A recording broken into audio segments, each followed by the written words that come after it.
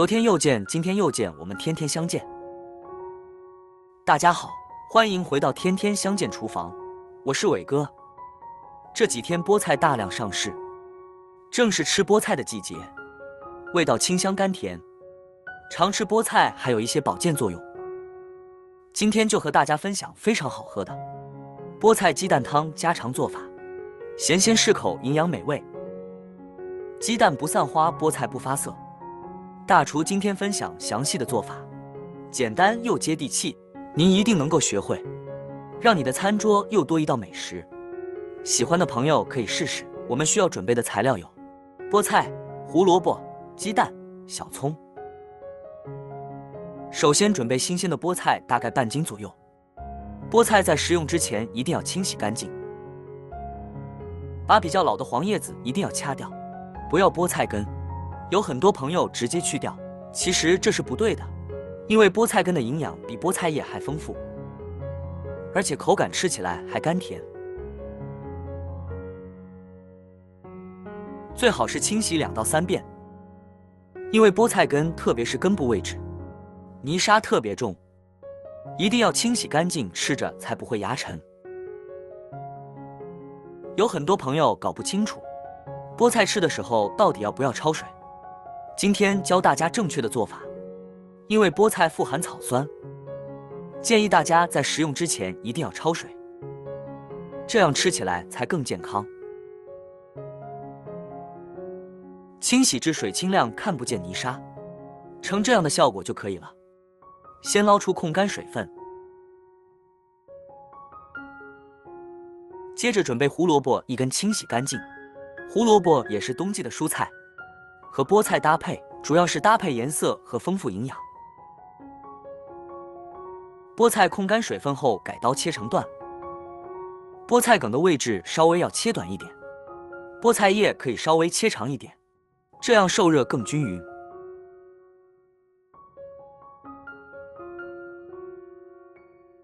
切好后，先装入盆中。胡萝卜不需要太多，有半根就够了，削去外皮不要。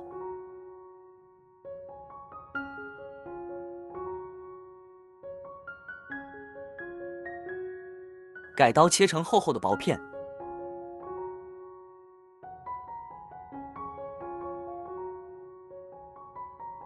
摘白马整齐，切成粗细均匀的细丝。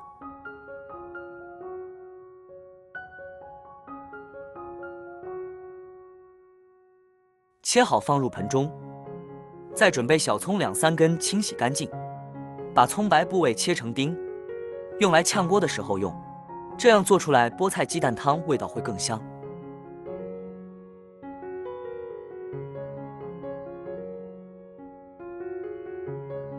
葱叶切成葱花，这个是出锅的时候放入。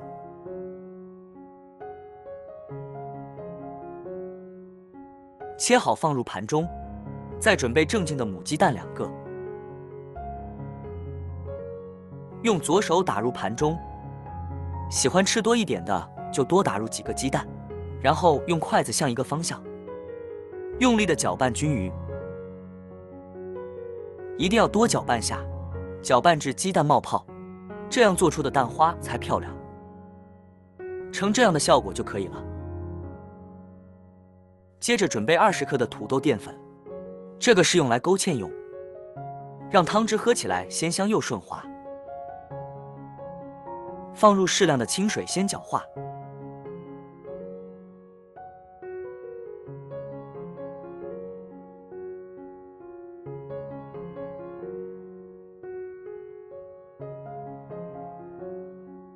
食材准备好后，下面开始起锅烹饪。起锅烧水，先来汆烫菠菜。水开后放入少许的色拉油，这样可以减少菠菜营养的流失，而且可以使串串的菠菜色泽翠绿，不会发黄。汆菠菜一定要水开后倒入锅中，保持大火，用勺子推动，让其受热均匀。开锅后汆烫30秒钟即可，时间切记不要太长，要不然会影响口感和营养。串好后捞出，放入冷水中过下凉水，这样菠菜既不会发黄，而且还可以去除草酸。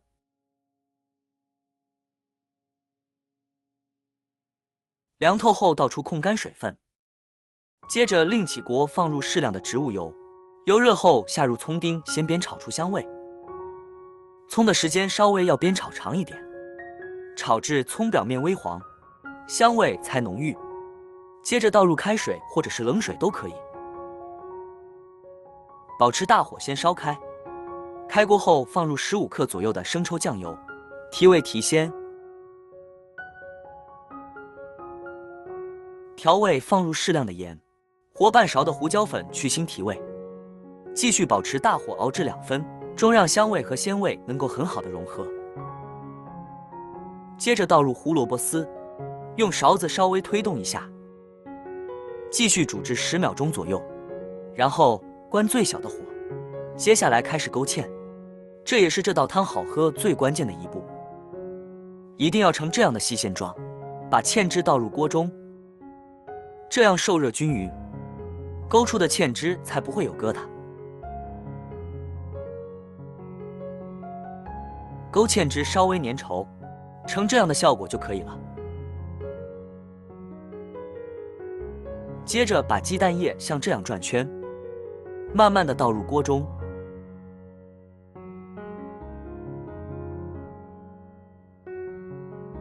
倒完后先静置10秒钟，让鸡蛋液能够很好的定型，再用勺子稍微推动几下，这样做出的鸡蛋花大小均匀，不会太碎。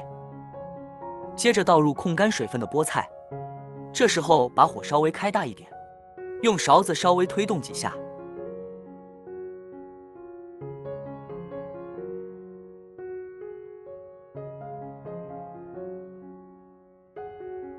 然后关火出锅，装入汤碗中，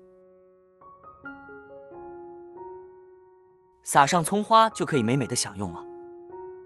最后简单总结下，菠菜鸡蛋汤要想好喝又健康，建议大家菠菜一定要通过焯水，去除草酸，小葱花一定要等出锅的时候再放入，这样会让汤汁的香味更浓郁。这样一道简单家常、鲜香顺滑、好看又好喝的菠菜鸡蛋汤就做好了。如果你喜欢这个视频，帮忙给我点个赞，并订阅我的频道。别忘了在下面留言，告诉我你有学会做这个家常菜了吗？下个视频中，我将会带来更多的家常菜。谢谢你的观看。